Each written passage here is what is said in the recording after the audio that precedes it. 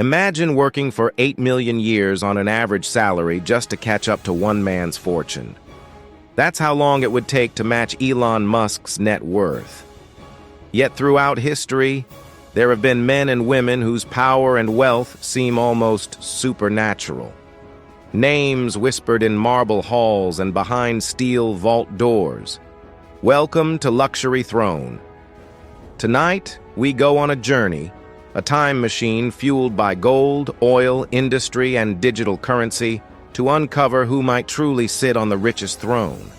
As you listen, think about this. If you could choose one type of wealth, absolute control, unlimited cash, or tech-driven billions, which would you pick? Drop it in the comments. Let's begin where wealth feels most real to us, right now.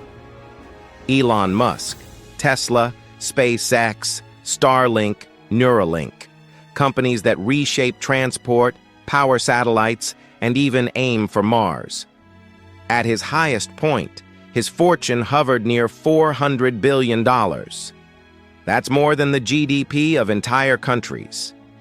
Yet here's the twist. Most of that wealth isn't vaults of gold or stacks of dollars. It's shares and valuations, digital numbers moving on a screen. Musk is rich because markets believe in him. But what if that belief cracks? His fortune could shrink overnight. Now, cash. Let's talk about Pablo Escobar. In the 1980s, his empire earned $400 million a week. His accountants spent $1,000 a week just on rubber bands to bundle cash. $2 billion a year was lost to rats, mold, and humidity, gone, chewed, and ruined before it could even be spent. $80 billion adjusted for inflation, unimaginable.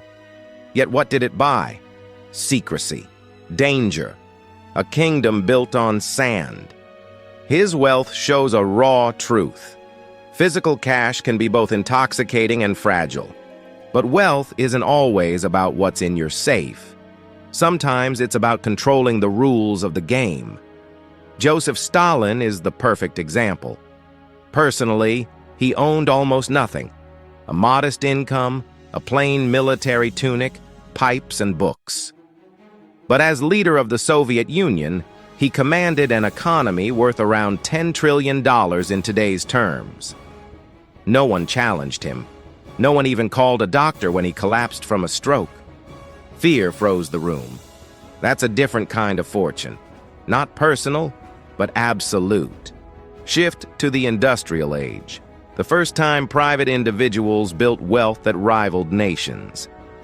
John D. Rockefeller took crude oil and turned it into Standard Oil, controlling 90% of U.S. refining. Antitrust laws shattered his empire into 34 companies. But that breakup made him richer as shares exploded. Adjusted for today, his fortune is estimated between $300 and $600 billion. Think of it. One man worth more than entire governments. Henry Ford followed, not just building cars, but inventing the middle class. He doubled wages so workers could buy the Model T they built. He cut the work week. He reduced car production time from 12 hours to 90 minutes. His wealth, around $200 billion in today's terms, didn't just buy luxury. It created suburbs, highways, the 5-day work week. Wealth that changes how humans live. Europe had its own quiet titans. The Rothschild family built a banking network across continents before telephones or airplanes. They financed canals like the Suez, propped up monarchies, and underwrote nations at war and peace. Exact numbers are debated. Some say hundreds of billions at their peak. What matters is strategy. Diversify, stay private, and move faster than governments. Travel further back, and wealth gets mythic. Mansa Musa of the Mali Empire, 1300s Africa. Chronicles say he controlled half the world's gold.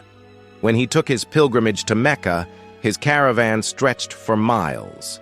Tens of thousands of people, camels loaded with gold dust, gifts so lavish they crashed local economies. Prices fell for a decade after his visit. Musa turned wealth into a traveling legend. Ancient Rome's Augustus Caesar personally claimed Egypt as property after defeating Mark Antony and Cleopatra. He controlled tax flows, treasuries, gold mines, and conquered lands. Some historians put his control in the trillions by today's value.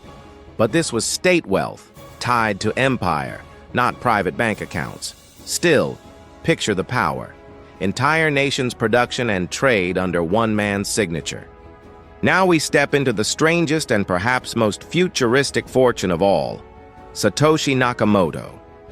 In January 2009, someone, or some group, using the name Satoshi Nakamoto launched Bitcoin.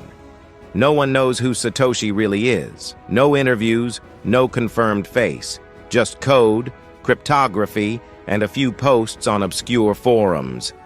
What we do know: the first blocks of Bitcoin, called the Genesis blocks, went straight to Satoshi's digital wallet. And those wallets still hold about 1 million Bitcoin. Pause and think, 1 million Bitcoin. Even with price swings, that stash has been worth anywhere from $20 billion to over $70 billion at Bitcoin's peaks. All controlled by keys no one's seen. No board of directors, no government, just a cryptographic secret. And Satoshi's coins haven't moved. Not one of those early blocks has been spent. Some believe Satoshi died and the keys are lost forever. Others imagine a digital king watching quietly, able to shake global markets with one click. Here's why that matters. Old wealth was visible: castles, yachts, oil refineries. Satoshi's wealth is invisible and borderless. No vault, no army, no taxes. It's pure belief and math. Bitcoin was designed to have only 21 million coins. Satoshi controls roughly 5% of the entire supply, more than most governments own in gold reserves compared to the global supply of gold. And that's just one experiment. Imagine future networks controlling AI models, global payments, or entire new financial systems. If the person or team who built them kept a share, the way Satoshi kept Bitcoin, they could amass unimaginable wealth without ever showing their name or face. This is a new kind of dynasty: private keys instead of castles, cryptographic vaults instead of Swiss banks. And with crypto's culture of anonymity, a digital fortune can survive wars, sanctions, even the fall of states. If early kings built moats and walls, modern crypto kings build encryption. Here's the viral hook. The richest person alive might already exist, and we wouldn't even know. We do know early crypto whales, mysterious wallets with hundreds of thousands of Bitcoin and Ether, many unmoved for a decade. Are they lost? Or are they just waiting? This is why social media loves to speculate. Not because there's proof, but because the idea that somewhere out there someone could be sitting on invisible trillions is irresistible. It's the ultimate mystery fortune. And it's not just Bitcoin. Ethereum's creators, early DeFi founders, protocol inventors, many hold massive stakes that could rise exponentially. Even new forms of digital property, NFTs, tokenized real estate, AI models, could spawn fortunes bigger than oil or steel ever did. But there's a flip side. One wrong click, one hacked key, and it's gone. No banks, no courts, no recovery. Ancient kings worried about betrayal and swords. Crypto kings worry about losing a USB stick. Still, the potential scale is staggering. A global instant network of value, far faster and larger than any single empire could dream of, and one anonymous founder sitting on a slice. Imagine Mansa Musa handing out gold, but every piece could teleport across the globe in seconds. That's Satoshi-level wealth, and it changes how we think about the future of dynasties. The Rothschilds used paper and ships. Rockefeller used rail and oil. Musk uses rockets and stock. Satoshi used math. Who's next? Maybe the creator of the next unstoppable digital network. Maybe a developer you've never heard of. Maybe someone alive right now, coding quietly, building a future trillion-dollar network in a spare bedroom. And here's the viral, mind-bending question. Would you rather be Rockefeller, famous and powerful but visible, or Satoshi, invisible, untouchable, and maybe wealthier than anyone alive, but alone and unknown? Zoom back and look at the entire arc. Ancient kings with caravans of gold. Industrial titans bending whole economies. Quiet banking dynasties shaping wars and peace. Tech founders building rockets and AI. And now, invisible networks of value beyond borders. So who's truly the richest? There's no single answer. Rockefeller's documented fortune, Mansa Musa's legendary gold, Augustus Caesar's imperial reach, Musk's market-driven billions, Satoshi's anonymous trove. They each ruled their era's definition of wealth. But the throne keeps moving. The next ruler might not own land or gold mines. They might own algorithms, AI, and digital money moving faster than borders. And their fortune could make today's billionaires look small. Now it's your turn. Which throne would you take? Gold caravans, industrial empires, or modern digital billions? Would you want the visible power of Augustus or the secret wallet of Satoshi?